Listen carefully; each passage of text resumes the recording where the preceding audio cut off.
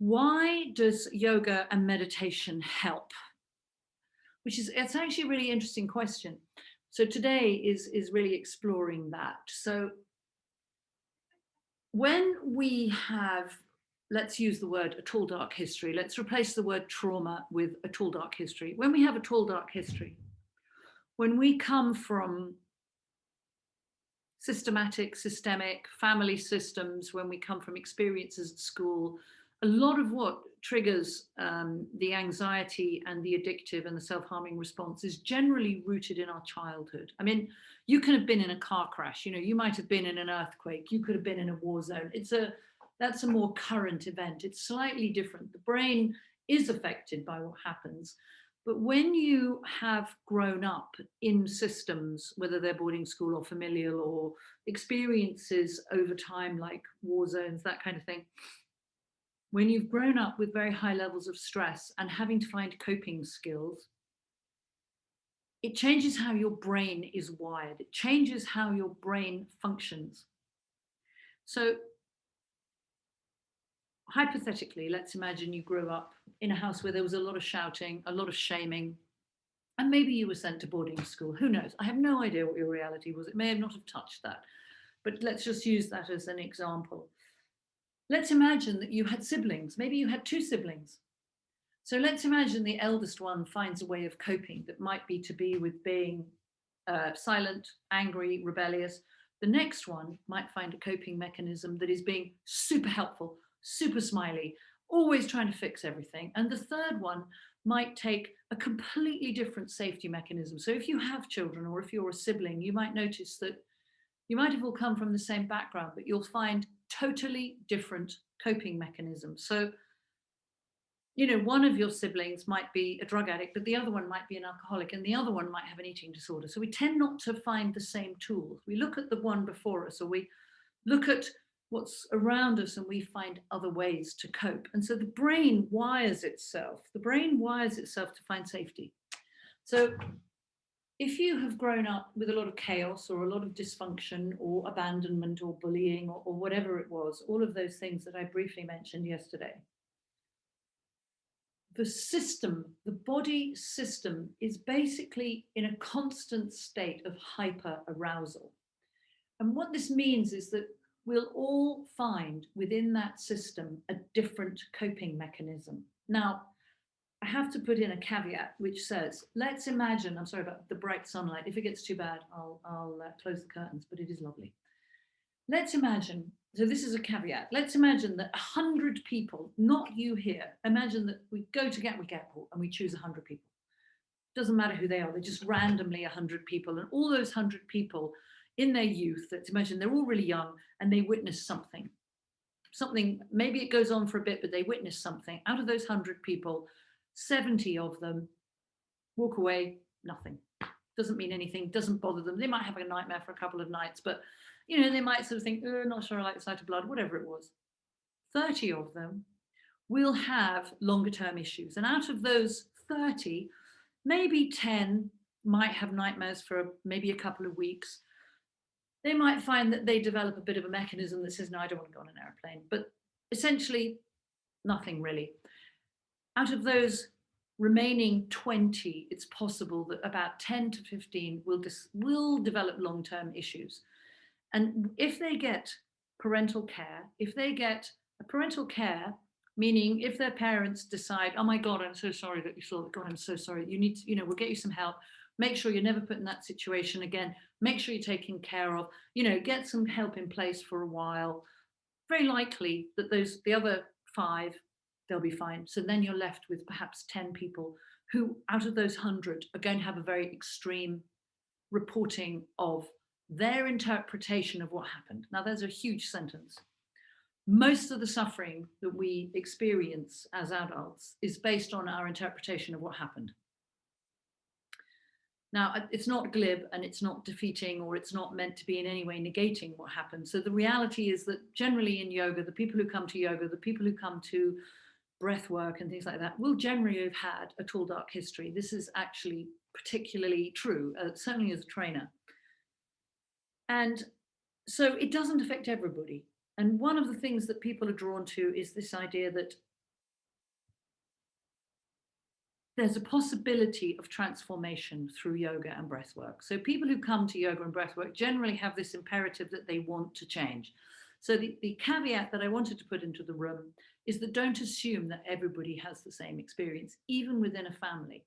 You might have a really negative experience within your family system, but 2 of your siblings or 3 of your siblings or your cousin or whatever may not have seen or heard any of it. They may not have any kind of reaction to it at all. And that can sometimes create a lot of dissonance in a family system. I work with people, particularly if it's an issue of, let's say, something like, sex abuse as a child. If you were sexually abused as a child, it may have only happened to one child in the family and the other children didn't know anything about it. And as adults, it causes a lot of conflict in the family because one person is the truth teller and the other people are denying their truth. So it creates a lot of dissonance and a lot of conflict in the family. But let's imagine that we're all here because we've got self-harming, addictive, or anxious behaviors. We're looking at long-term effects of either consistent or a strong event with long-term repercussions. So consistent events like always an angry, shouty parent, or a very depressed parent, or somebody dies, or any number of things. I have no idea. There's so many things that can cause the early issues. It's how we interpret and what happens to us in them is what we then are dealing with later. So just the kind of overview of what comes into the room is that when you experience these tall, dark histories, particularly pre-14, your brain is wired differently. And for some people, that means that they'll go off and they'll be psychopaths. For some people, that means doesn't bother them, they don't even think of it. For some people, that might mean that they might become the kind of alcoholic that people write to me about, who'll never ever stop drinking, who'll die of alcoholism. For some people, I had a stepbrother who died last year of heroin, and he was 65 and he'd been a heroin addict his entire life. And I know about his childhood, and he never, ever, ever was able to face it. Some people can't. So in a way, talking about an earlier question that I answered about whether or not one needs to talk about the issues, your brain is wired differently. So this means emotional regulation is almost impossible. If you're growing up in chaos, if you're growing up in disorder and dysfunction and bullying, in a way, you're right to learn how to regulate. Your right to learn how to regulate was not a given, which means perhaps no one showed you how to behave appropriately. If you grew up with parents, perhaps, or a mother or a father, I don't want to be gender specific, but, or even same-sex parents, I know, or people who transcended gender, not to be remotely gender specific, but if the modeling that you watched of strife in your primary carers, whether that was in adoption, whether that was in a home, whether that was in a family or in a boarding school, what you witnessed in terms of the danger, that you witnessed, whether it was to you or the other, the perceived danger, or the inability to cope with feelings. This is how you will then move towards your adulthood, is feelings are difficult, feelings are dangerous, feelings are really scary. Or you might have watched conflict always being resolved by violence or anger. Or you might have grown up with somebody that the moment they got upset, they left and they just abandoned, they just walked away. I'm not doing this, I can't do this.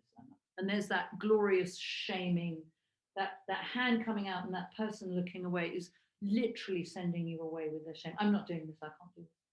And they leave you, and all of a sudden there you are, you're abandoned. And I grew up with somebody that would say, I'm leaving, I can't do this, I'm going to put you in a children's home, which is a very interesting way to grow up, that you're not valid, you're invalid. And it's not that you're an invalid, but there's a very strong traumatic body. So if you've grown up in those kinds of environments, that's generally going to be the roots of addictive behavior. So this is partly what I touched on yesterday. What this means is that you'll have a vast range of, there will be out there a vast range of safety mechanisms. Some people at this end might not show anything at all. They may not ever move their face. They may not ever let you know any information. This is what's called a flat affect. It's a safety mechanism that says it's not safe to tell you what I think or feel. And that person also may not be in touch for themselves with what they think or feel. I think Chula had a question about this coming up. I remember hearing him talk about it today. A flat affect is one extreme. And then perhaps going back to the question I was asked earlier, you might be one of those people that's super smiley and it's just like, oh God, you know, just everything is wonderful and anything I can do, can I make you a cake? Is that cake again? You know, please, you know, anything, let me know, just let me know, you know. And actually that's super irritating safety mechanism around forcing the other person to care and respond. It's a super smiley, please don't hit me, please don't hurt me safety mechanism, which again, it's kind of almost next in the spectrum. And then from there, not spectrum disorder, but in terms of the range. And then from there, one can go all the way through to people who we know who are just constantly, they're just like, oh, they're just manifesting stress. It's just like, oh God, all the time. Notice how I'm making you stressed. Can you feel it? Making your heart beat faster. These are all ways that we behave. Could be really angry. I mean, really cold anger. I'm not going to do it. I don't want to stress more, but we have a range of safety mechanisms. And this is because we've been taught and we've watched what we perceive works. So it's a lot of information. I know it's a lot of information, and I hope I'm not going too fast. What I have discovered is if I, in the new Zoom, because we're recording this, if I put myself onto the grid, it will record everyone's faces. And there are a couple of GDPR issues with that. So right now I'm not going to do that. So I'm going to stay on this and I'm going to presume that my speed, or that you're okay with the speed I'm going at. If you're not, you'll send me a message and Simon will say you're going too fast. I don't want to answer questions right now, just to be clear. I want to keep going. So let me catch up with myself. So I was talking about the extremes of the safety mechanisms based on what we have watched and what we perceive and what we've also worked out for ourselves. So yesterday I mentioned, I said, ask yourself, how old do you feel when you're anxious? And some of you might have noticed that maybe you felt 5 or 3 or 7. I can't see a list, and I don't need you to type to me. I've asked this question 1,000 times. I know the answers.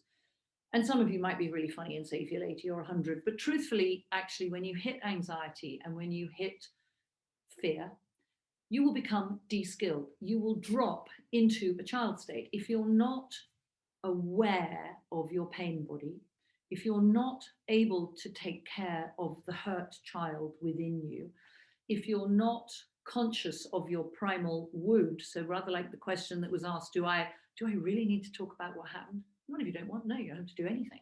But if you want to move on, then the truth is you do.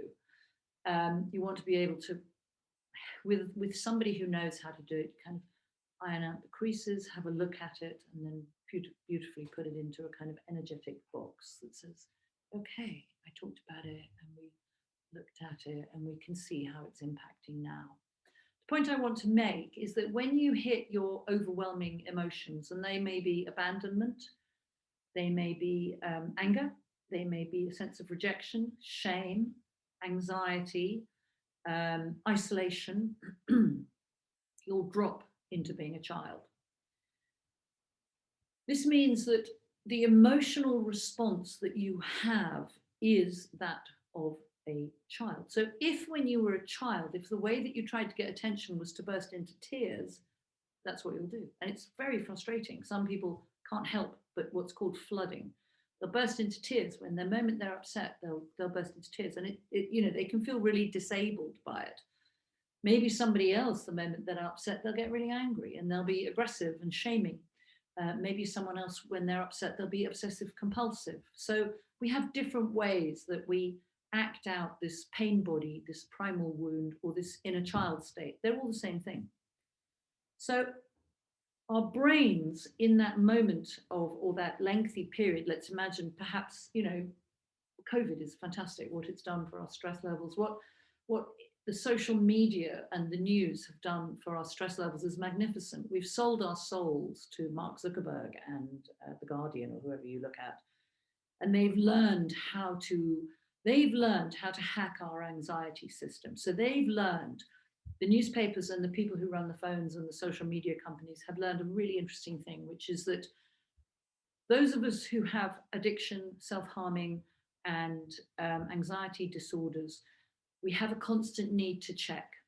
We never feel safe. This is the issue until we resolve the trauma, until we take care of the inner child or the primal wound.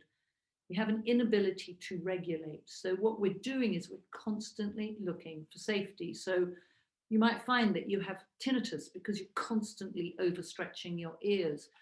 You might find, have you ever talked to somebody, I'm going to come a bit closer, it might be slightly triggering, but if you ever talk to somebody who's really quite anxious, they're kind of just going to be watching all the time, and they might be having a conversation with you, but they're checking, and you find yourself thinking, what the fuck are they looking at? Sorry, I swear, in case you didn't know. You might find that if I was to, what's that? I'm triggering your stress system. My stress is triggering yours. The brain, what the phones do, what the media outlets do, what the social media does is it hacks this stress system that is already damaged within us. And damaged, strong word. Our tall, dark histories they have a very, very strong impact on how our brain functions and on how our amygdala functions. So now we get to the two tiny little almond-shaped glands in our head called the amygdala. The amygdala is right at the top of the brain stem, tucked inside, underneath the brain. And the amygdala is, when you have a tall, dark history, the amygdala is basically, it's taken its knickers off, it's got on a horse, and it's ridden south. It's a very interesting way to describe overwhelming anxiety, addiction, or self-harm. It's where your amygdala cannot cope. So the amygdala is hyper aroused. It's never been taught how to soothe itself. The hippocampus, a different part of the brain, has gone, oh God, I can't do this anymore. Just kind of gives up. And the amygdala, in a way, it becomes the king. In a way, the amygdala becomes the overruling aspect of the self. And the amygdala drives anxiety, self-harming, and addiction behaviors. It drives our safety-seeking behaviors. So the amygdala is a really interesting part of the stress system.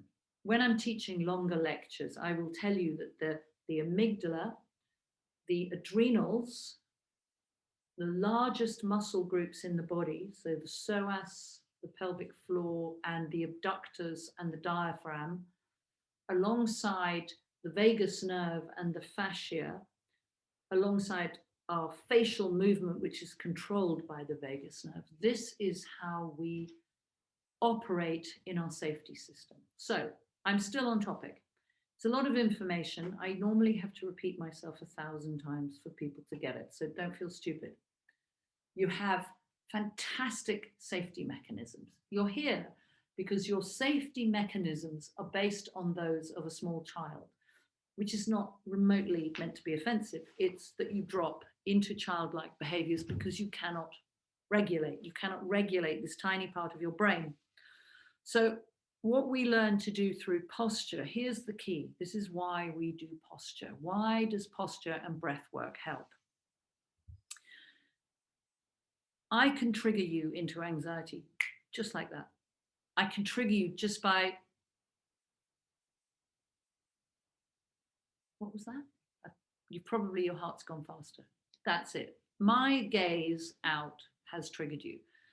You can stretch. If you stretch and raise your chin and stick your tongue out and come back down, you've just gone into the system and gone, we're good. Can you feel it? You've got a dopamine rush. You get triggered and you release it. Now, obviously, I'm teaching a lecture. I'm deliberately choosing to trigger you. So it's probably slightly less than if it was in reality. If you and I were in a cafe, let's say, and I suddenly was looking, and then I started frowning, and then my eye gaze, it's terribly subtle what we pick up. If I moved my head and then I held my breath, you would immediately start to panic. Now, and then I could go a bit like the hippocampus, the bit that's just gone, I can't do this anymore. I go, oh, God, thank God, it's just a balloon. And you'd go, What we don't do for ourselves when we have addiction issues, when we have self-harming issues, when we have these overwhelming anxiety issues, we don't come along and say, it's okay. We actually, every time we hit the abandonment and the sadness or the loss or the anger or the whatever the feelings are that trigger us, we actually literally throw the child. We pick up our inner child and we put it in front and we say, you make the decision, because I can't. I don't know how to make this decision. So coming back to why yoga helps, is because this stress system that is made up of these major muscle groups, the fascia, the vagus nerve, and the adrenals, every time, let's imagine, hold your knees, cross your ankles. So whether you're sitting or cross-legged, it doesn't matter. Cross your ankles. Every time you inhale, roll your shoulders back and raise your chin. Roll your shoulders forward and compress. And push up again.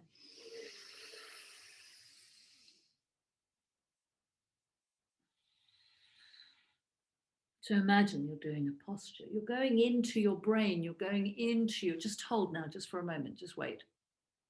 Don't do anything. Just be soft. Close your eyes. Notice your body's going, wow, what on earth did you just do? Just that tiny movement has gone, it's okay. So what yoga and pranayama do is that they go into this system, which is incredibly clever.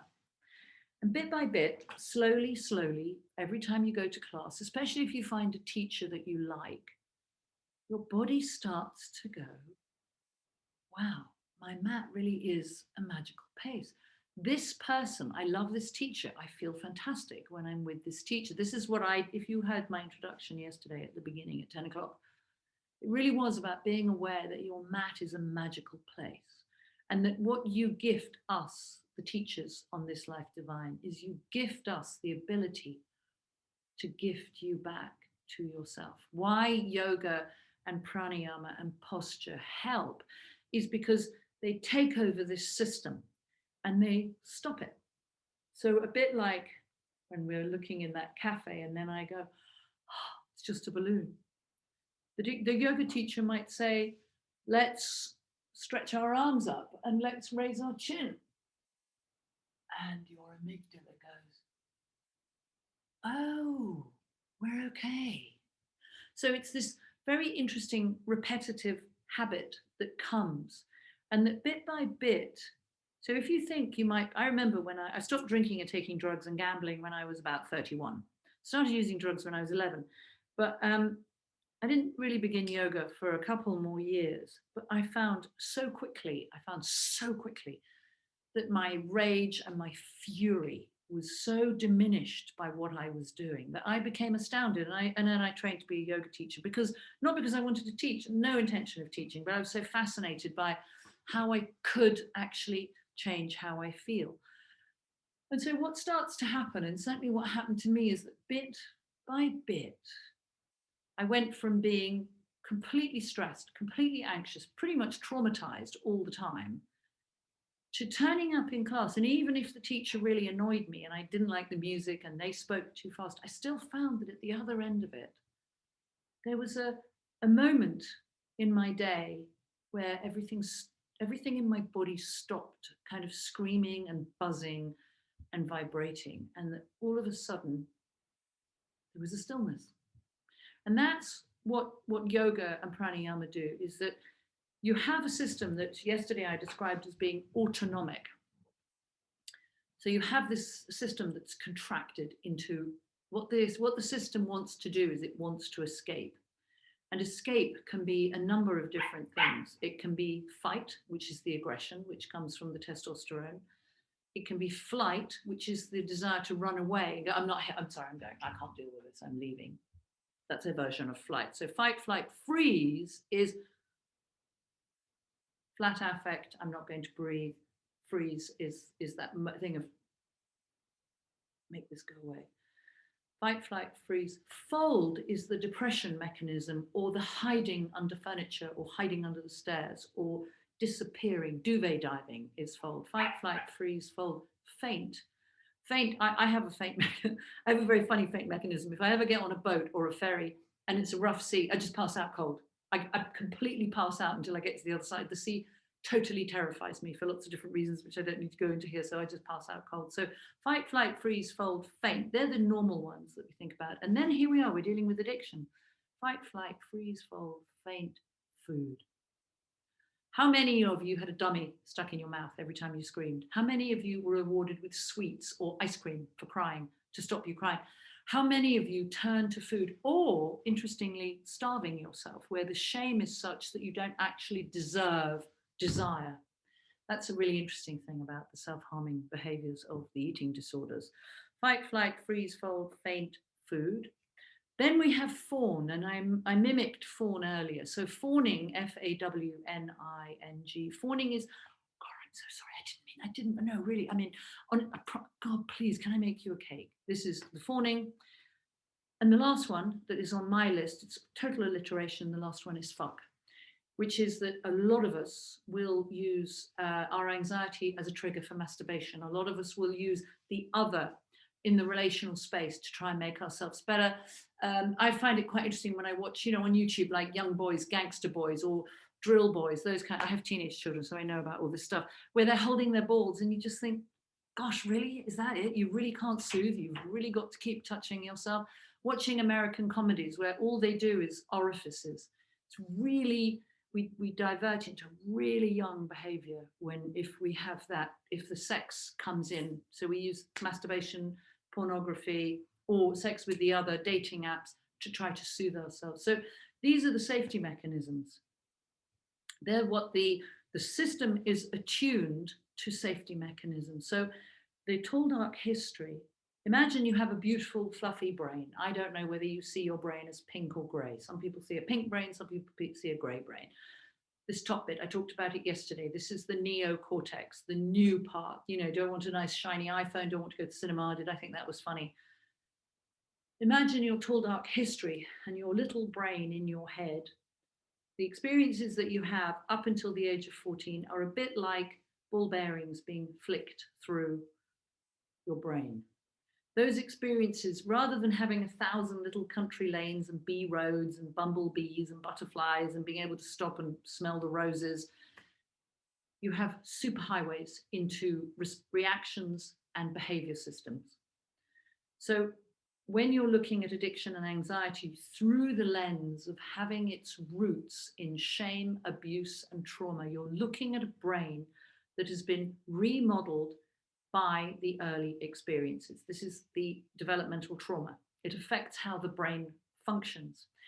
So now, roll on all these years later, I remember when I got sober at 31, I got clean and sober from drugs and alcohol and gambling. Fantastic. It wasn't until I was 45 that I could really take on how anxious I was and how it was still playing out. And I was in relationships that were triggering the trauma. And I was staying in the relationships because I was addicted to the stress hormones. So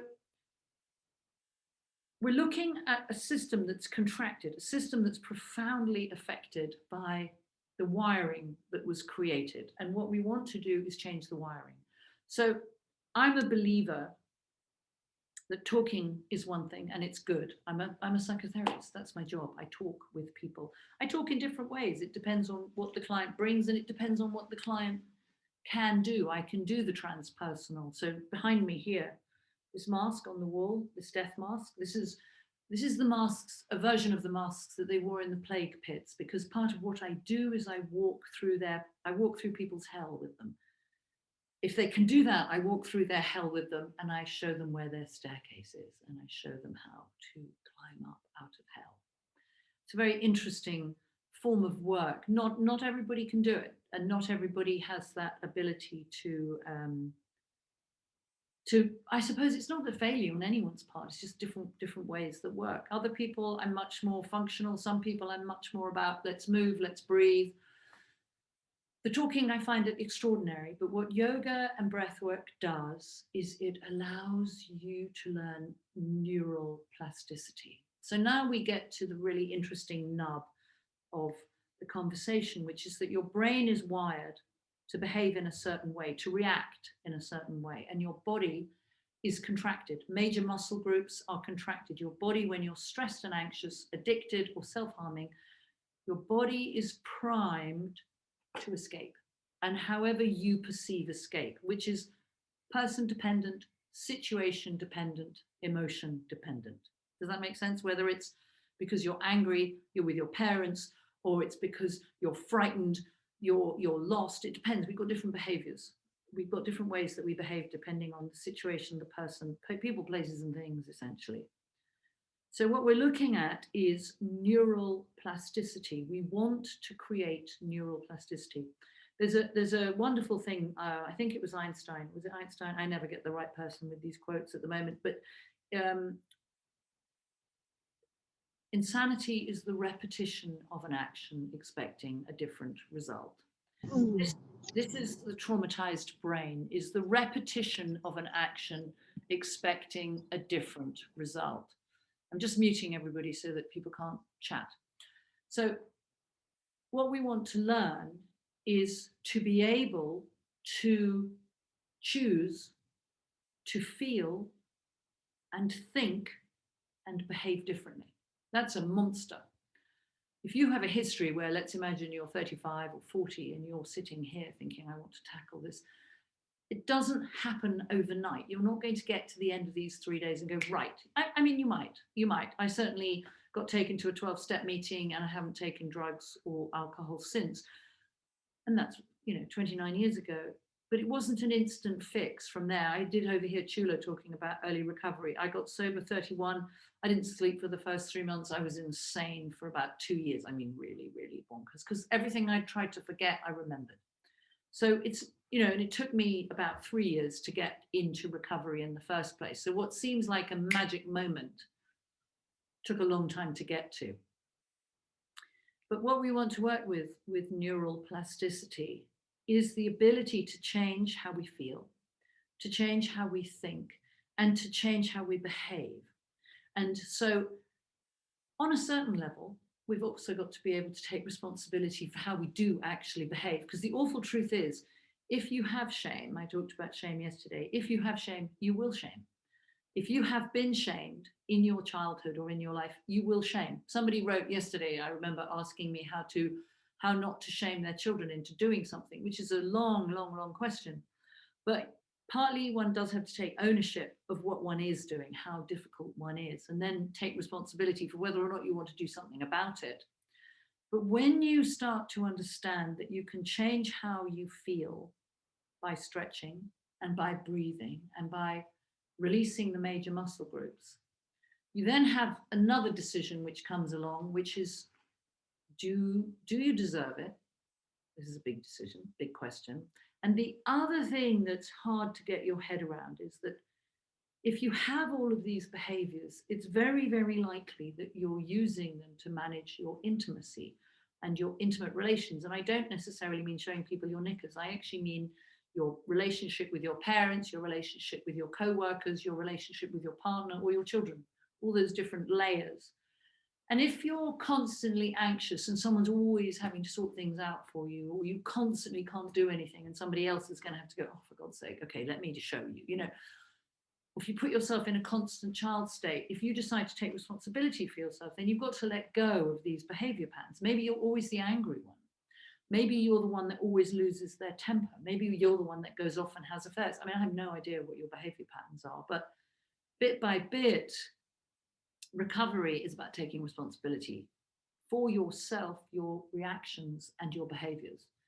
And that's a really, really interesting series of steps. And again, it has to be bounded by the fact that your brain, your amygdala, and your traumatized or your tall dark history brain is operating off a safety system that says, don't trust this person, don't do that. No, I'm going to let the 5-year-old make the decision. I don't think you know. So you constantly default into the safety mechanism. So it takes a while to break the safety mechanism. So what happens when we stretch our bodies is we release the vagus nerve.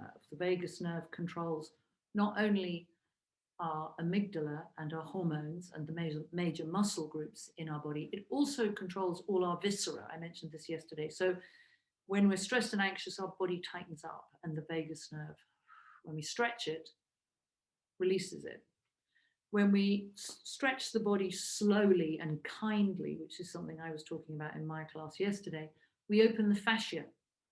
So if the vagus nerve is the internal, the fascia is the external route to de-stressing.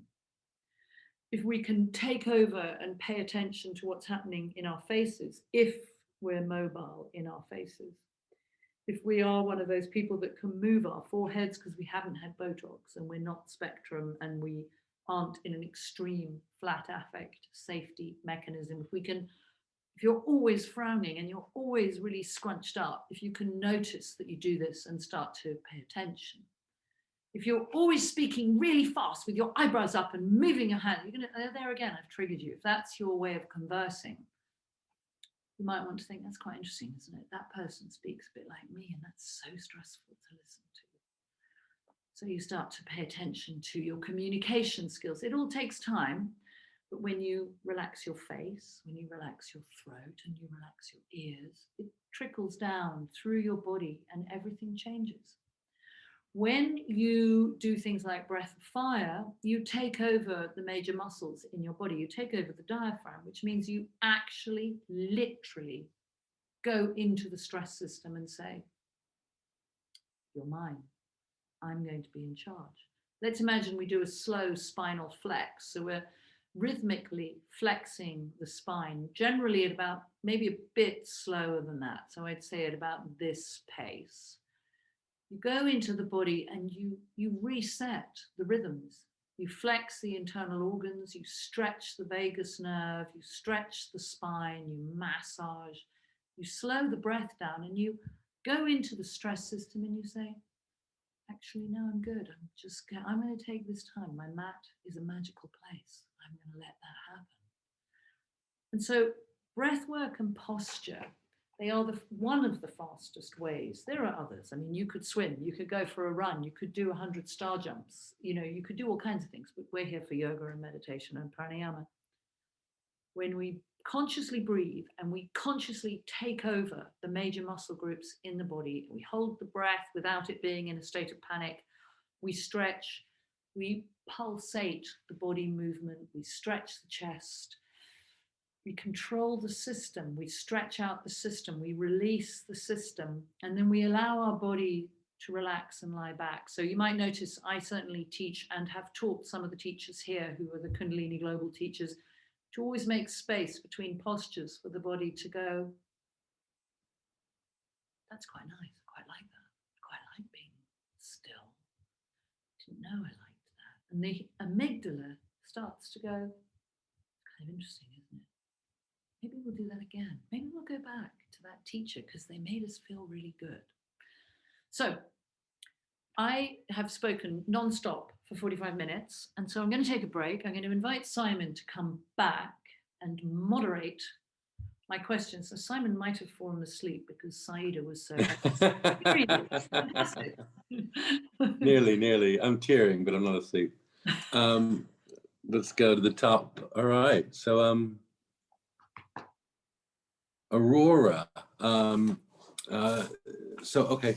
I am triggered in relaxing moments. After nap, afternoon, after lunch, night after dinner. Is there a reason? I don't understand. You're what?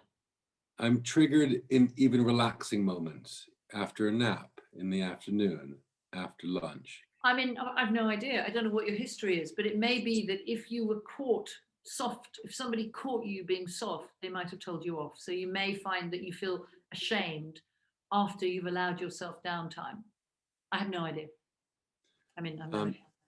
And the next question is, I'm really interested to understand Carolyn's academic journey. So all the college courses and yoga training courses to become who she is now. As a psychosexual and relationship therapist, so intrigued by the juxtaposition of this and her previous life as a fashion designer, all the things she did to get to this place. Thank you. I don't really understand what the question is. How did I get here? Is that the question? Explain it. I think so. Yeah, I think maybe just like, what did you study to get to where you are now? Maybe. Well, I trained as a yoga teacher. I trained as an active birth teacher. I trained to be a doula, and I was a doula and an active birth teacher.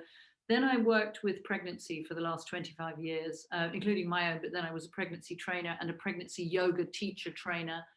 I've always had the history of being an addict, but I've never agreed with the disease model. So then I studied a whole load of stuff around addiction.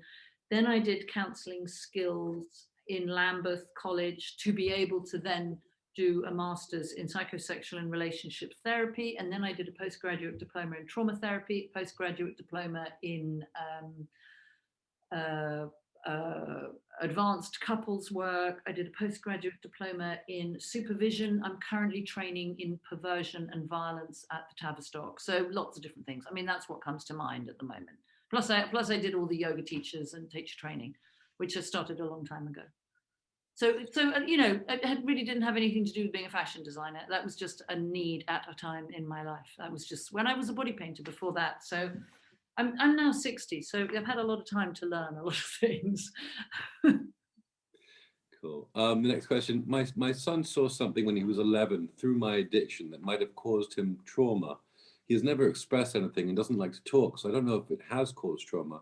I have a lot of guilt and shame about this. Are you running a shame workshop online this year? I would never run the shame workshop online. I think if you could attend the addiction week, which does cover quite a lot of stuff around shame, but the shame workshop itself could never be done online. It's too triggering. So you'd have to wait. I'm hoping I can run it in March, but at the moment it's not looking particularly fantastic. So I would only do the way that I run the shame workshop. I would only do it online, in person. I would only do it in person. It's the only workshop that hasn't transferred across to Zoom. It's impossible to transfer it. Thanks. Can someone use all the safety mechanisms, or do you have? It's unclear in this question. You know, do you know someone who can use all the safety mechanisms, or is it possible to rely on all the safety mechanisms? Maybe is the question. I'm not entirely sure that I listed all the safety mechanisms unless they're thinking of fight, flight, freeze, fold, faint, food, fuck, fawn. Maybe, yeah, why not? I mean, in my work, I can work with somebody who might be borderline personality disorder, they might be bipolar, they might have ADHD, and they might have an eating disorder. So, I mean, those would all be safety mechanisms as well. And I can, you know, and then we start to work and take apart which is which. And PTSD, or complex post-traumatic stress disorder, you know, we can accumulate a mass of conditions, and they are all safety mechanisms in the way that I work. That again is something that comes into the week-long addiction recovery training that I run at the end of January. It's impossible to go into it here. Thank you. Next question. Why do you think it's so much harder for men to be in the spaces and use yoga and breath work to deal with this trauma or their traumas? I think that that's quite a challenging question to answer. If I was running classes in person, I would sometimes have up to 50% men in my classes. So I don't necessarily agree with the generalization about the ratio. I think that's partly to do with our own, if we're very heteronormative in our presentation, if we're very girly, or, you know, I think I'm not actually particularly heteronormative. I'm pretty direct. The basic's not the right word. I'm a very strong, direct character. And so I can relate well to all genders. And I also hold a strong space, which is not about the body or the beauty. It's about what the posture does, what the breath work does, what the psychology of the situation does. So I see equal men and women. Online now in Zoom over COVID, it has tended to be more women in class, but not always. I think men, I don't want to generalize, because honestly, half my work is with men. And I find that when men feel that they're going to be seen and they feel safe, I think that they'll be there. Simon, that's a really interesting question. Why don't you meet me on that question? What could we discuss, you and I? Because I think it's a good question. What could you and I discuss? How is it as a man going into the worlds of workshops? You've done workshops and trainings with me, and actually sometimes you've been the only man, haven't you, in Zoom? Yeah, I mean, I met you through a female friend, so maybe it's just a way of getting access to you and being kind of introduced to you that in a way that I trusted. Mm. Um, so maybe it's just more marketing than it is the actual, the way things, maybe men, I don't know, don't look for a shame workshop in the same way that, I don't know. I really, it's really hard to say. I mean, I'm lucky Yeah. that somebody introduced me to you.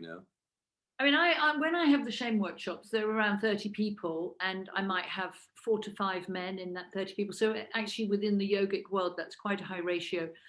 I think that it's a difficult one because how we respond at the moment is so interestingly diverse, and I think yoga has come into its own in COVID very much. And I think that we, as women, we're capable of being intimate a lot more quickly, and I don't mean sexually intimate, I mean emotionally intimate. And I think that as a strong, older, strong woman, I hold a space where people feel safe. So I think it's a question of whether or not one holds a space that makes men feel safe.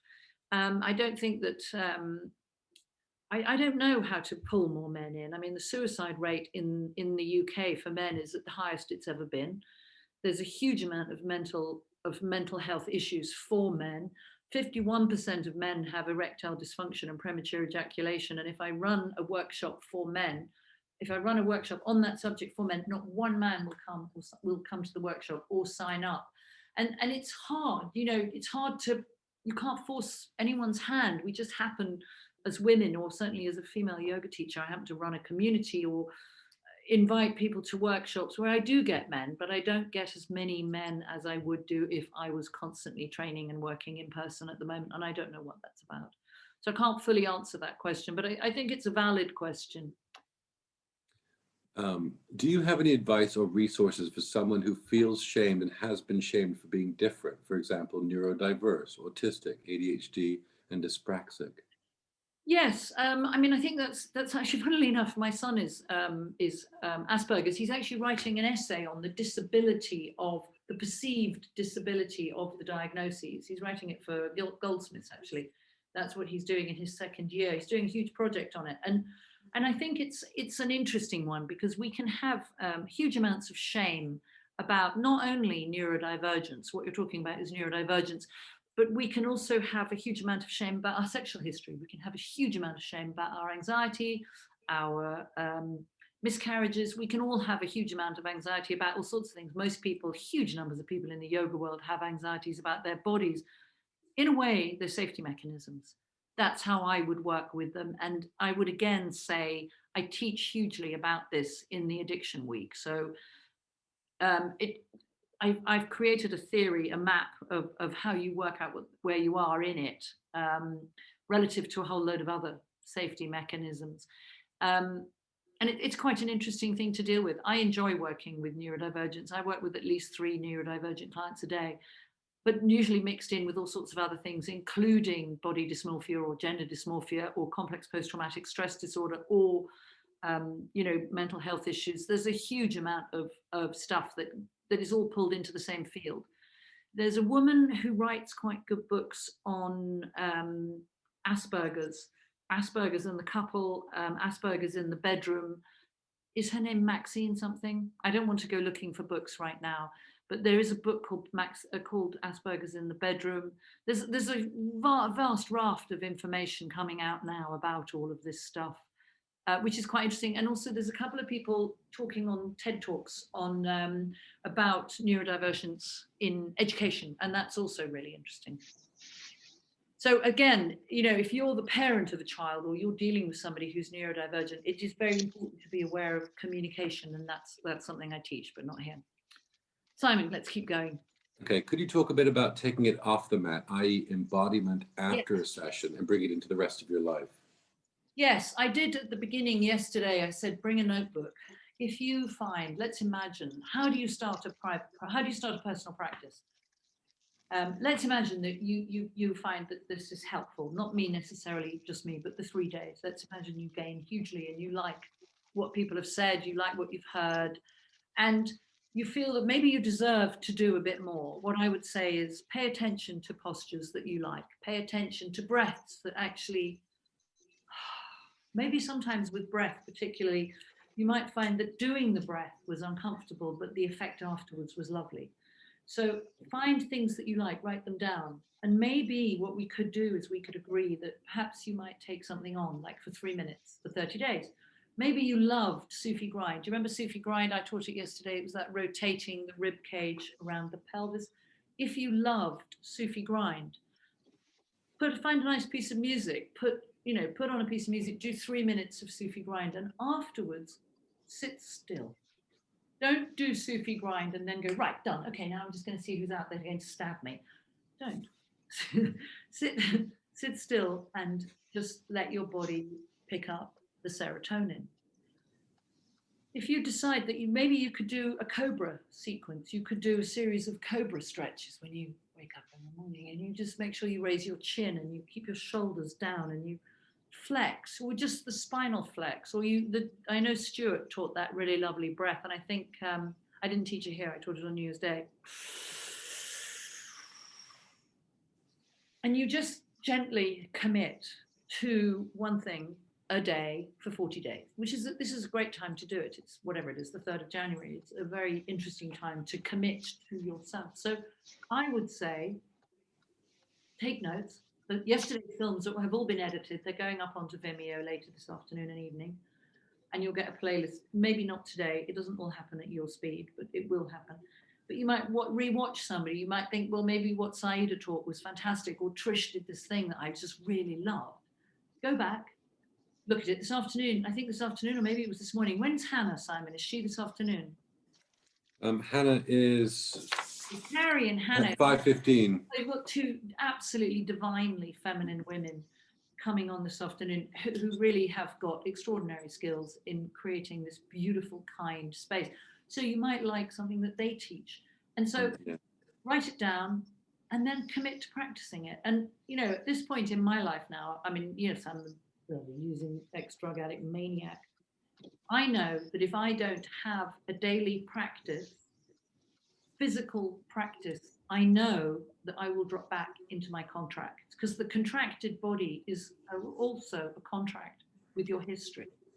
So it's actually really important that you recognize that taking care of this hurt child, inner child, this pain body, or this primal wound. Imagine if you had a saw.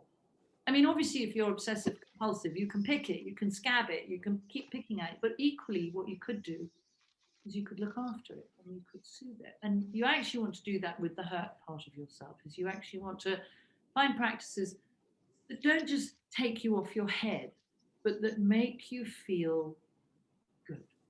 So coming back to how I opened my yoga series yesterday was calmly, kindly, and gently. So that also could be in your agreement, is that you're calm, kind, and gentle. So that when you take yourself on, it's not, right, we're going to do this. I remember in early recovery, I must meditate. It doesn't work. Actually, personally, I'm not a fan of meditation. My brain is too fast. I don't like meditation. I like breath work, because breath work fascinates my brain and my brain goes quiet.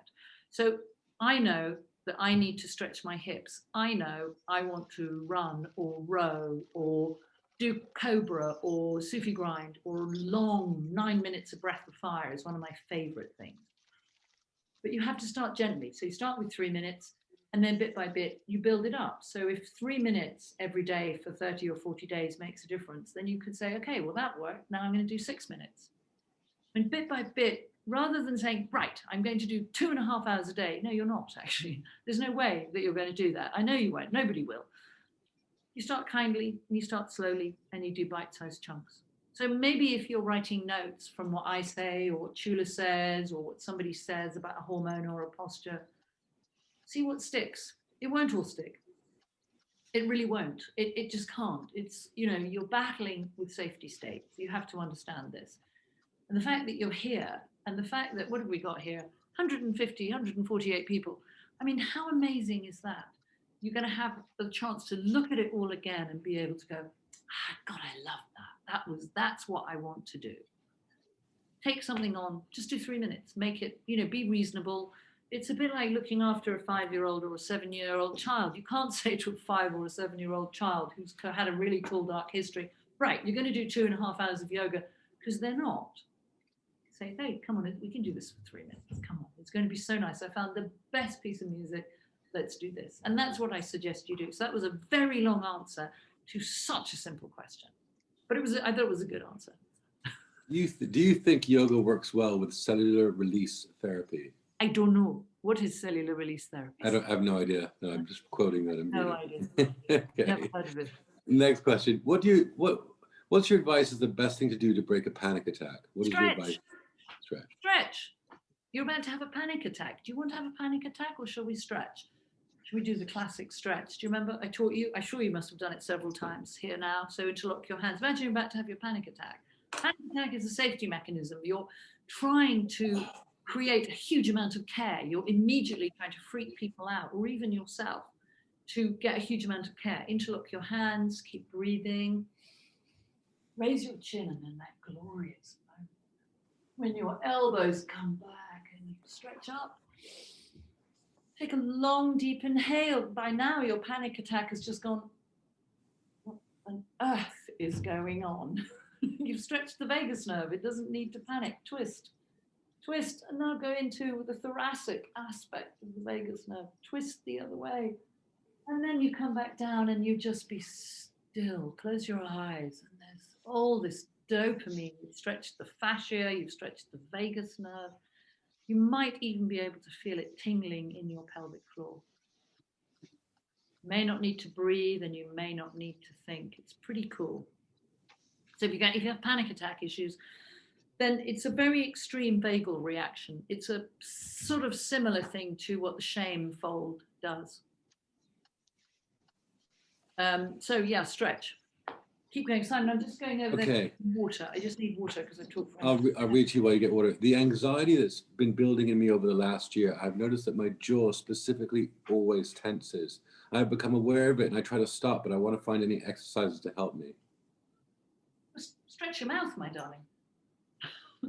It's the vagus nerve. It's the vagus nerve in your jaw up, coming up here. You stretch your mouth, stick your tongue out. It's about relaxing your face. It's linked to how much you're holding. It's very much the vagus nerve, fibromyalgia, all of that stuff, this clenching of the jaw, the inability to sleep.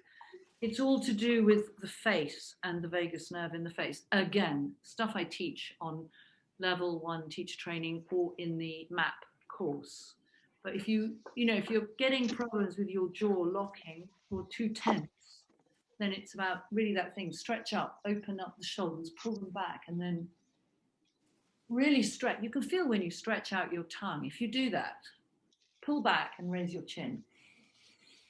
Stick out your tongue. You can feel it pulling all under here. It's pulling. The tongue has a bone in it, and it pulls up on the vagus nerve, and then when you let go, everything just goes. It's about noticing, and it's about choosing to stop. That's my favorite. I do that about 200 times a day. Okay. What's the difference between flooding and releasing grief? I think I saw this was a similar question about whether or not because, okay, let's imagine that I'm in a very traumatic relationship, and imagine I'm really traumatized. Of course I could stretch all the time, but if I'm in a traumatic relationship, then I'm allowing myself to be triggered. If I've got this really tense jaw, then I'm not expressing myself, and I'm allowing myself to become hyper aroused. I could keep stretching it out, and equally I could decide to deal with the issues. So on one level, I think that if you know you've got a tall dark history, and if you know you're tripping over it, so let's imagine you're self-harming, or you've got an eating disorder, or you are constantly anxious or depressed, find somebody to talk to about it. I wouldn't say, if you're working with a tall dark history, I wouldn't say to go to person-centered personally. Gestalt or trauma therapist or a transpersonal therapist would be probably the most value for this kind of history. I think that on a moment by moment basis, I mean, I know I'm a therapist and I've been doing this for a very long time, but let's imagine I might notice I'm really anxious. Maybe I'm having a period of being really anxious. And maybe I might notice I'm thinking about, I'm really unhappy, maybe I'm verging on depression, I'm not having a good time. This might not be in the moment, this might be over a period of weeks. I might find myself thinking, okay, what am I not addressing? What am I not dealing with? I can stretch, but there's this fundamental low level of anxiety that won't go away. I'd find someone to talk to about it. If you could stop unmuting yourself, it would be so fantastic. So I'd go and find someone that I could talk to about it. And I think it's about noticing that there are things that you can deal with in the moment, and then there are long-term issues. I might watch a television series or read a book, and I might find that I get up from reading the book, and I might find I feel really sad. And then I can think, isn't that interesting? Why am I feeling sad? I just read that book. Okay, I read that book. It's not my sadness. I can let it go. It doesn't matter. I might feel really anxious about catching a plane. I have post-traumatic stress disorder. I have complex post-traumatic stress disorder, which means if I look at an aeroplane in the sky, because of the way my complex post-traumatic stress disorder plays out, if I see a plane, I'm going to watch it wondering if it's going to explode. So for me, just because it's post-traumatic stress disorder, if I know I'm going to fly, I'm going to be anxious. Okay, I'm anxious. I'm not going to worry about it. You've got to make some decisions for yourself and think, am I bypassing a deeper issue? Am I being triggered by other things that are nothing to do with me? Or am I really tripping over my history? So, I can notice I'm stressed. Well, I probably should be stressed. I'm about to run a 3-day event. It's fine. I can deal with it. But in the longer term, if you know that, you've got nightmares, you can't sleep, you've got an eating disorder that's out of control, find somebody and get some work done on it. I think it's a question of moment by moment deciding what is the most important aspect of it. But I think long term, if you have got a need to change how you feel in terms of you're overly anxious or you're self-harming or you're whatever it is you're doing, find someone who'll help you. And there are some really, really good people out there. Do you think that if physically being away from what initially caused the trauma can be fully healing? I don't know. Okay. We'll move on. How can I know which of my impulses are healthy and which are not? As an addicted person, I know there are a lot of my inner impulses are not healthy, sometimes really dangerous for me. So how can I know which ones are the good ones? I mean, it's an abstraction. I have no idea what you're doing, my darling. I'm a trauma therapist working with perversion. I have no idea what you do. You could be doing all kinds of things. I have absolutely no idea how to answer that question. So I don't know. But I mean, I don't know. It's an impossibility to answer in a moment. I don't know. Dealing with shame, what is the best first steps you would recommend, given that I already do yoga?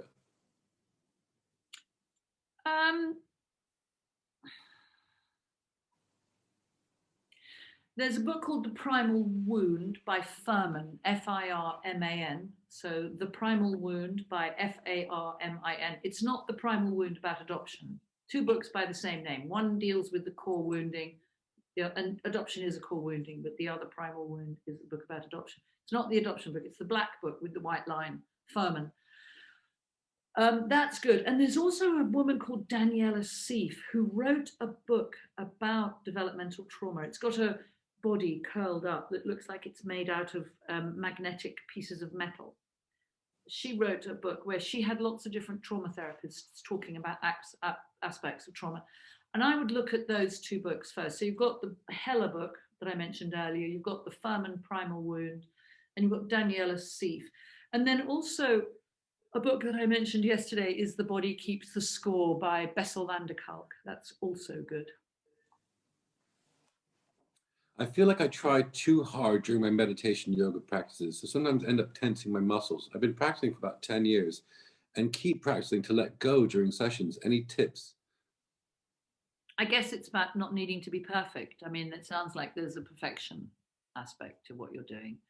Needing to be super perfect, super strong, super on it. And I think if you know that you have perfectionistic attitudes or perfectionistic tendencies, this is how we hide shame, is by being perfect. So it's about Maybe it's about softening, trying to really make sure that you soften. So where you tense, you also soften. I mentioned that with the pelvic floor, where you pull the pelvic floor up, you then push it down and you soften it.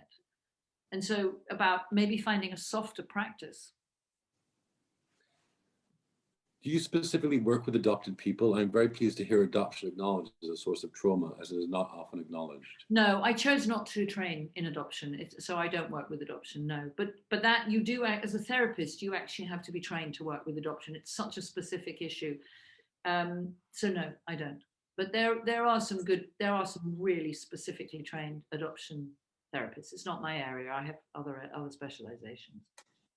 Please, can you expand a bit over the internal V nerve and the external F nerve? I'm unsure of the spelling, so and I don't know. Vagus nerve and the fascia. Fascia, probably that's probably what it means. Yeah. The vagus nerve is a two-way highway in your body that controls.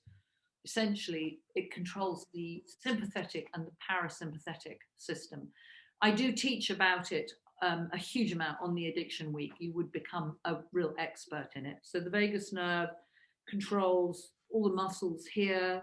It finishes on the top of your frown line. It controls the ears, the eyes, the eyebrows.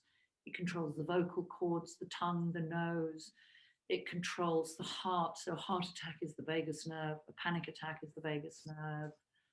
IBS is the vagus nerve. Migraines are the vagus nerve. Orgasm and labor are part of the vagal response. I mean, it's an enormous system, which is really only just coming into common parlance. So all of this work around what I do is a very new science, which is that they have discovered that the autonomic system is not entirely autonomic, that you can change it. And if you work out how to access the vagus nerve, if you choose to change your behavior, then you're basically most of the time working with the vagus nerve. If you do that breath that I showed earlier that Stuart also taught, this one, just doing that will take over the vagus nerve. Just that tight-lipped, strong tongue will affect the vagus nerve in the pelvic floor. So the vagus nerve controls hormonal flow in the body. It controls how the organs work in the body. They all work together. It's like this marvelous machine. And then the fascia, let's imagine that we're not in a yoga teaching situation. Let's imagine that we all go down to the butcher and we say to the transgender butcher, because obviously it's too easy to say him, so he's going to be a transgendered butcher. We say to the trans person or the non-binary person or the person who's transcended gender, we say, could I please have, I'd like half a chicken, raw chicken, and I'd like to watch you pull the skin off. I'm sorry if you're vegan, but this is the best way to explain fascia. So when you watch the person pulling the skin off the chicken, you see all that crisscross white stuff underneath the skin as it lifts off. This is fascia. You have fascia all over your body. If you want to feel your fascia here, the fascia releases, when you stretch the fascia, it releases dopamine. So if you just stretch your mouth and stick your tongue out, you can feel all the fascia in your mouth stretching. It's like and that just in itself, just close your eyes. Boom, you have a dopamine rush. It's so simple. And also, the fascia is all over your body. It holds all your organs in place. So if we cut ourselves open, please don't do it, but if a body was cut open, all of the intestines are held in place by fascia. All of the womb is held inside in between the intestines by fascia. It's all held in place. The fascia is a signaling part of the body, and the fascia was designated as an organ. It's the largest organ in the body. It was designated as an organ about 18 months ago.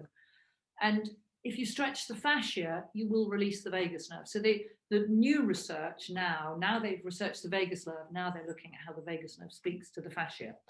So that was the F nerve, but it's not, the fascia isn't a nerve. It's how cancer moves around the body. It's how hormones move around the body. And when the fascia is tense, the vagus nerve is tense. If you release the fascia, you release the vagus nerve. So. Great. My ego had managed to always find space and presence just before eczema started. When I had a few drinks and had more contact with people that used to overpower it. Now my ego hasn't found that space I had managed to find. Could this be purely because of toxins from alcohol? I'd pretty much given up. Or have those people that used to overpower me found a new way now to be in my mind? Oh, it's such a very abstracted question. I mean, my ego. I'd always managed to always find space and presence.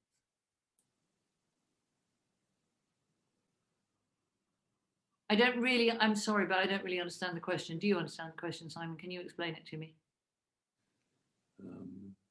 I'm not sure if it's implying that it started drinking around Christmas to deal with the people around. But how does it mean those people who used to overpower me found a new way now to be in my mind? It's a bit abstract for me. Sorry, I would just be guessing if I tried to answer that one. So let's move on. Is ADHD a safety mechanism? Well, it's not, it's a safety mechanism, but in a child, it's a way of getting attention. It's a way of actually getting care. And generally it's linked to negative self-care. Negative attention, any attention, even if it's negative. It's a difficult one to deal with. What's the patriarchy? Why does somebody say the patriarchy? Is ADHD a safety mechanism? Yes, it is. It's a safety mechanism that the child develops as a way of getting attention and care. Yes. Creating chaos. Yeah. Okay. Yeah, the question about jaw, I really notice my face, jaw, and neck virtually freeze when in extreme stress. Then I start to worry about feeling frozen, which of course doesn't help. Any ideas specifically relating to this? Thank you. No. Toxic masculinity, I'm not sure if that's a suggestion of why. It's not really a question. Can you talk more about yoga and the vagus nerve? I suppose you did vagus nerve. Maybe as women, we respond, identify to words like shame. Maybe for men, it's a different terminology. Well, I mean, I work with shame with men. What's your word if it wasn't shame, Simon? No, it's definitely shame. Is codependency part of your addiction workshop? Is it an Maxine addiction? Aston writes the good books. Thank you, Sarah Jane. Yes, she writes the good books about neurodivergence. Is codependency part of your addiction workshop? No, because I don't work with codependency. Codependency is a theory that was designed by Pia Mellody in the 80s alongside Patrick Carnes inventing sex addiction. I don't work with codependency at all. I work with attachment theory, which is a lot kinder. Codependency is extraordinarily shaming. Attachment theory is a different version. It's codependency is the kind of addiction version. It's the 12-step recovery version of attachment theory. And basically codependency says you're fucked because you've got a disease. Attachment theory says what happened will create your safety mechanisms. So that's what I work with. Where do you teach about neurodivergence? Which course? On the MAP course, on the Path Out of Hell Addiction Week in the end of January. I also I teach the most on that. Simon, can you follow up with that? With what about the pelvis? I'm not sure. It's the same, I think, follow up to the toxic masculinity patriarchy. Do you think? I don't know. It's the same person, but I'm not sure if. I don't understand the question. Can you elaborate on the shamefold? Yes, it's when you hit the worst shame, when you hit shame so badly that it makes you feel like you want to die. Shame can trigger the desire to be put down, or that you really don't deserve to live. And sometimes when people hit suicidality or suicidalitis or whatever you want to call it, they will fall in. They're fallen into a really bad shamefold. And some people can spend an enormous amount of time in a really bad shamefold. And you do need to work. You do need to work with somebody who knows what they're doing and what they're talking about when you start wanting to work with shame. It's not an easy thing to work with. I mean, certainly as a trauma therapist, if I'm starting to work with somebody who says, oh, I want to work on my shame, or I want to work on my trauma, sometimes people aren't actually emotionally old enough to do the work. And so it takes time to get someone emotionally old enough to be able to do the work, because somebody with the age of a 5-year-old, the emotional age of a 5-year-old, isn't going to be able to cope with doing trauma therapy. So over time, the work will be, there might come a point after a period of time of the work where the client's saying, it's actually quite interesting because I feel about 12 now. Just think, okay, yeah, that's good. It used to be that they felt 2 or 3. So it takes time to get the client old enough to do the work. So I wouldn't say rush into shame work, because sometimes I've run shame workshops and people say, yeah, I want to deal with shame. And they'll walk into the room and they'll turn around and walk right back out again because their shame or their safety mechanism just says no. It's powerful stuff, shame. I mean, it's the most toxic emotional feeling we can have. And it's, in a sense, in terms of the emotional pain body. It's the deepest part of it. So it's not something that you necessarily want to dive straight down into. Do I have a link? It's on my website, carolyncowan.com. It's there. If you can spell my name, Carolyn Cowan, it's here on the bottom of this thing. Just type in carolyncowan.com, and it's called A Path Out of Hell. The workshop is there. And yes, The Body Keeps the Score is good. Sorry, Simon, I looked at a question. No, that's right. No, somebody's asking for one-on-one trauma work. I really am fully booked. They can write to me. You can write to me, but honestly, I really am fully booked, and I have a waiting list. So I don't do this to get, I'm not doing this to get clients. I promise. I have clients. I really am. I teach. You've mentioned, you've mentioned your need to stretch your hips. What's so specific about them? What emotions they specifically hold? I've been struggling to stretch mine for the last 2 years. I have no idea what emotion you hold in your hips, but it's about, usually it's about safety. Usually it's about a need to escape. Usually it's about depression. Usually it's about some kind of negative sexual history. It might be that you've just never stretched your hips, but the hips are part of the escape mechanism. I don't know whether you're talking about the hip bones or the hip muscles, whether you're talking about the glutes or the hamstrings, or whether you're talking about the psoas or the abductors. There's lots of muscles that make up the hips, but to be able to move the hips and release slowly through the hips is one of the ways of enabling the body to soften. But I don't believe that stretching the hips will release trauma. I don't believe that. My adult sons acknowledge that I have, with our doubt, shifted to being a far calmer, easier. My adult sons acknowledge that I have, without a doubt, shifted to being a far. That's not really a question. Sorry. How do you know when to sit and be with your feelings, i.e. the inner child, grief, hurt, versus changing how we feel through movement and breath work? I think I kind of answered that earlier on. I mean, I think, if your inner child is in a state of turmoil, and if you're constantly triggered and you've got an eating disorder and you're self-harm, I have no idea why you're asking the question. I think sometimes one can think, isn't that interesting? I feel a bit lonely and abandoned. Do I want to wallow? Do I want to go down the tunnels of loneliness and abandonment? Or do I want to do something about it? So that's about deserving. Which one do I deserve? It's interesting because when I sat down, we've only got a few minutes left, but when I sat down, I didn't really know what I was going to talk about. So I've just let it kind of free flow. But I had thought about talking about that actually there really are only two states of being, really. Well, there's three, but two main ones. And one is to be stressed and unhappy. And the other one is to be present. And it takes time to allow yourself to be present. And it takes time to be safe enough to be present. And if you were beginning this work, the first thing I would say is to ask yourself as a piece of homework, when do I feel safe? And you might instantly say, I never feel safe. Quite a lot of people instantly report that. But if you can take note, when do I feel safe? And then also take note and ask yourself, when do I feel unsafe? If you take it on as a kind of homework, where you notice, isn't that interesting?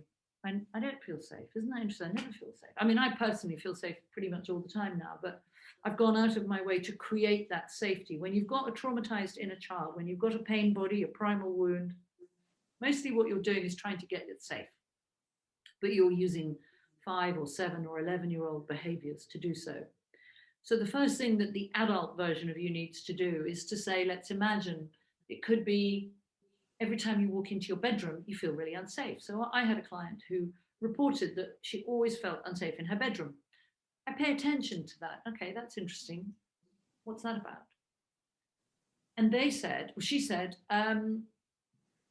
someone broke into our apartment through my bedroom. And I said, oh gosh, how old were you? And she said 7 or something. And I said, I don't understand. You're sleeping in the same bedroom that you slept in when you were 7. And she said, yes, I've gone back into that flat. And so you live in the childhood flat? Yes. Okay, so have you put bolts on the ceiling? Have you put a security guard? No. So you're sleeping in a room where you know that the room was broken into, and you know that the house was burgled, and you hid under the bed. And she said, yes. And I said, so do you lock yourself in the room at night? And she said, yes, I lock all the doors, and I sleep with the dog in my room, and I put all the furniture against the walls. It's interesting. Okay, so let's get a locksmith. Let's get a grill put on the doors, on the French doors to the balcony. Let's get a thing, and so you start to make safety. I spoke to another client once and I said, so what's your bedroom like? It's always very key. What's the bedroom like? And she went quiet and she looked away and I said, that's interesting. What's going on? And I said, do you have a bedroom? And she said, no. I said, oh, that's interesting. So where do you sleep? And it took me quite a long time to get her to tell me that she slept on a blanket on the floor like a kitten. Get safe. Get yourself safe. If you're not safe, if you go to bed at night wondering if someone's going to break in, if you walk down the pathway to your house and you think, oh, I wish I had lights, put lights. So that bit by bit, you can start to notice. And every time you do feel safe, tell yourself you feel safe. And then notice when you feel unsafe. So you might start to feel safe and then you might go to meet somebody. Let's imagine you go meet a friend and you think, isn't that interesting? I felt fine until I got here. Now I don't feel safe. And I think, what's that about? And you might think, isn't that interesting? I'm not actually sure that this person makes me feel that fantastic. What's that about? It may not be them. It may be that actually they remind you of. So you just start to notice, and it's the noticing that begins to tell you, that's interesting. I could do something about that. Oh, I didn't realize I had such a trauma about that. Maybe if I put double bolts on, I'll feel better. So it's that kind of thing. I noticed, Simon, that we're into our last 3 minutes and you're doing a great job of navigating your way through rather a lot of messages. Can you elaborate on the shamefold? It is a strong image that came up in a therapy session. I would like to hear your thoughts. I talked about it earlier. I've done that one. How young a person can I recommend your videos and work to? I mean, it's interesting, isn't it? Everyone always wants to fix everyone else. I mean, you can show this stuff to teenagers. It's not a problem. I mean, they can look at the videos, but you can't persuade somebody that they need to change. You can only change yourself. You can't, people write to me all the time, this person, that person, I want to help this person. I mean, if that person wants help, they'll ask for help. You can change yourself. And obviously, if you've got kids, that's a different thing. But I don't work with any kids under 16 anymore. So I don't work any younger. I actually don't take clients on any younger than 18. You can't change someone else. You can only change yourself. And by changing yourself, you will change your family. That's inevitable. Let's do one last question, Simon. What do you think of Brene Brown's approach to shame? Do you have the same outlook?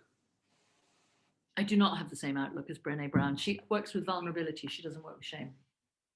I do very different work to her. I don't need to be horrible about Brene Brown. She's woken people up to the word, but I work very, very differently. She works with the possibility of vulnerability. She doesn't work with shame.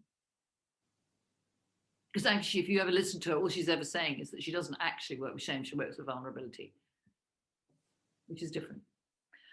Let's do one last question because we can. And then I don't remember who, I think we have a break after me, don't we? We should probably. No, I don't. Yes, you do a 15-minute break. Yeah, coming right up. Yeah. Can you comment on the relationship between disassociation and chronic pain through your lens of trauma therapy? Now that's an interesting question. It's a long question. Dissociation it's called in trauma therapy, it's called dissociation, not disassociation. Dissociation is where you abandon yourself and then your body might scream. There is something called confer, CONFER. I'm not particularly mad about a lot of their offer, but they do have a workshop coming up in February on chronic pain. Interestingly, for the person who noted that I talked about adoption, they in the original time, when they first offered the workshop, they did mention in the original offer of the workshop when it was first mooted, and then they had to cancel it because of COVID. But the first time they put the workshop up, they talked about adoption and chronic pain, which I think is very interesting. But chronic pain and dissociative identity disorder and somatic issues are quite often linked. So I'm not going to go into that now, but there is that workshop there. You might want to look at The Body Keeps the Score as well. So, Simon, that was heroic. And we didn't get through 59 more messages, which is, I'm happy to go over by 5 minutes, but I'm not going to answer the question about antidepressants. What is your view on ayahuasca taken in a contained and supported environment as part of a yoga meditation retreat? I'm not going to talk about ayahuasca here, but I think that ayahuasca within the context of addiction is really dangerous. And personally, I wouldn't play. If you're new to addiction recovery, I would not play with ayahuasca. Is there commonly a link between addictive personality and migraines? Because of family history, I avoid substance, but migraines are an issue. Migraines are the vagus nerve. It's a stress thing. Should we keep going? Go on then, one more. Okay, I totally appreciate that each body functions differently, but with the various seasons menstruating individuals go throughout their cycle, as a teacher, have you noticed how the season that person is in can affect the release of various hormones? Often we may feel worse or more low during such times. Is this to limit how much of the good and healthy hormones can be released during a yoga practice, mindful movement practice? And I hope that makes sense. There is a woman who I work with who I post people towards, not push, but I think she's called Natasha Richardson. I think she's called Modern Botanicals. Anyway, she works very well with menstruation and menstruation issues. I also have had the same private doctor since we both qualified. We both kind of emerged into the world at the same time. So my doctor is 63 and I'm 60, and I went to him when he was 23. So we've been together for 40 years as doctor and client. But as I've become, with what I do as an expert, we work more peer-like. And I went to see him a couple of years ago, and I asked him about the relationship between the vagus nerve and the stress hormones of testosterone, adrenaline, and cortisol relative to all the other hormones. And we had a very long conversation about how the stress system and the stress hormones profoundly affect menstruation, menstrual flow, and the menopause once the menarche is finished. And that the more you can turn down your cortisol and your adrenaline and your testosterone levels, not to the point where you have no testosterone, that's not the issue, but you have positive testosterone and you have negative testosterone. You need testosterone even as a woman. Thank you, Sarah Louise, that's the perfect link. You need testosterone to fuel desire, but what you don't want is the testosterone that's rooted in aggression, particularly depending on your job, of course, unless you happen to be a tree feller or a fire person, maybe you need it. But the more stressed you are, the more it affects your menstruation and your menopause. So the more you can turn down your stress hormones, the better your menopause and the better your menstrual issues. What you do want to do, and this was his very strong piece of advice, is keep very strong levels of magnesium up. And there's a very good supplement called Magnesium OK. And there's also some really good supplements that are magnesium and boron, and they really help. And traditionally for women, you want to take 2 to 3 at night, and they will really help with sleep. So I did research this, but Sarah Louise has very kindly put up Forest Botanicals. Natasha is very, very good. Yeah, Natasha, no, that's good. Tracy, thank you. You've all got it exactly. And raw cacao, yeah, not everybody works well with cacao. Some people like it, some don't. It's a tricky one. But let's get to the end. Simon, I think you're a heroic translator.